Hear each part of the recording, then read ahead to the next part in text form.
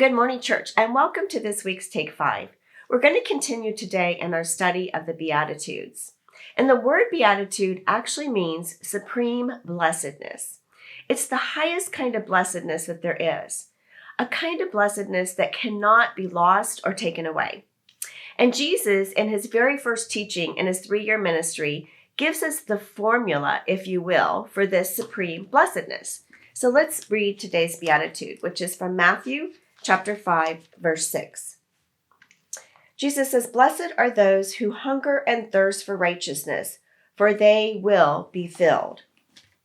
Hunger and thirst are the words that Jesus uses here. And I think that we can all relate. I think we all hunger and thirst for something, don't we? And I think most of us hunger and thirst for blessedness. Like we all desire this kind of blessedness that is not temporary, that's not conditional, that cannot be lost or taken away. And I think we search for it in all sorts of worldly things.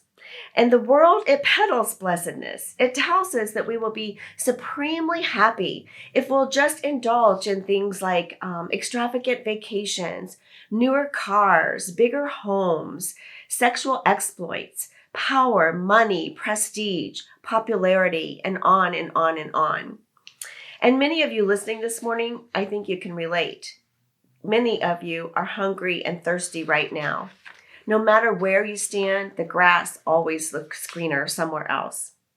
But church, here's the thing. You see, happiness, it is temporary, and it is conditional, and it can often be evasive.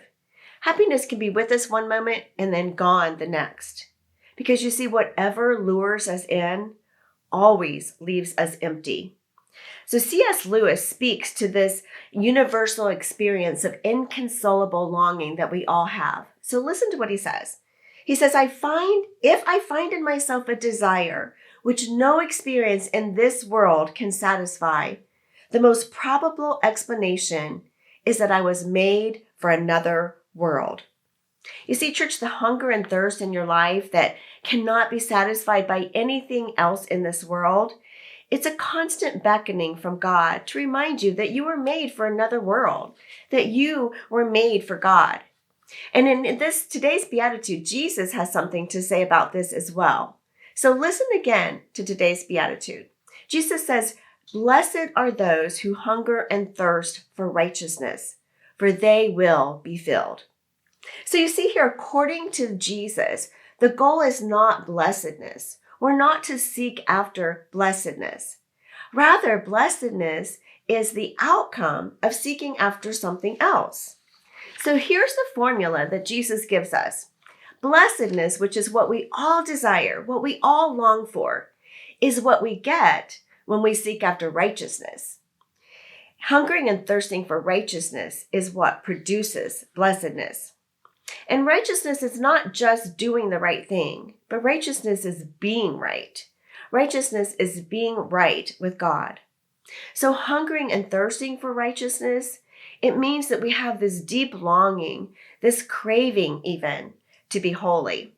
We have a deep longing to walk in fellowship with the Holy Spirit and to be like Jesus. So church, think about this for a minute. When we experience physical hunger pains, like a pang of hunger deep in our gut, we do not need to be persuaded to come to the table and eat. So likewise, when we experience the spiritual hunger pains, the kind of longing that cannot be filled by anything in this world, then our natural response should be to sup from the one who alone can satisfy. Through his prophet Jeremiah, God addresses this phenomenon quite clearly. He says this, he said, "My people have committed 2 sins. They have forsaken me, the spring of living water, and they have dug their own cisterns which cannot hold water." So how long, church, will we drink at broken cisterns? How long will we eat bread that does not satisfy? In his Sermon on the Mount, Jesus promises a supreme blessing upon those whose goal is righteousness, those who hunger and thirst for righteousness. And he promises that it will not be a fruitless endeavor, for he says they will be satisfied. In the book of Isaiah, God makes a promise in a dry and parched desert land that he would fill those who hunger and thirst for him. So listen to the words in Isaiah chapter 55. He says, "Come, all you who are thirsty, come to the waters. You who have no money, come buy and eat. Come buy wine and milk without money and without cost. Why spend money on what is not bread, and your labor on what does not satisfy?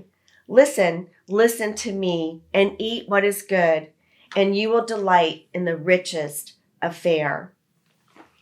You see, church, when we feed upon the bread of life, the bread that has come down from heaven, it nourishes our soul and it fills our spirit. You see, Jesus is the source from which flows all things that we crave and hope to become. And Jesus alone can satisfy the soul. I love you, church, and I look forward to seeing you again in a couple weeks.